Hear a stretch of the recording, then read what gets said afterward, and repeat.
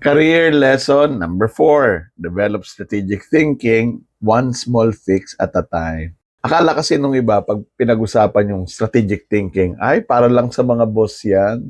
Yung tipong big picture, vision, high-level stuff. Diba?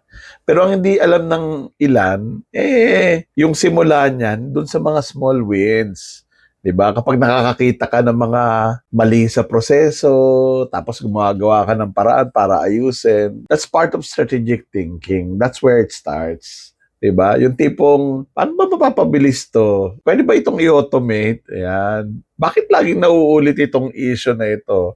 Baka pwede nating patigilin yung recurrence nito. Pag lagi kang may dalang solution, napapansin ka because leaders, they don't just execute, they improve things, they innovate. So kung gusto mong mag-level up, don't wait to be asked. Di ba? Hanap ka ng system na pwedeng iayos and make it better. Small improvements, big impressions, that's how future leaders are made. Tandaan mo yan.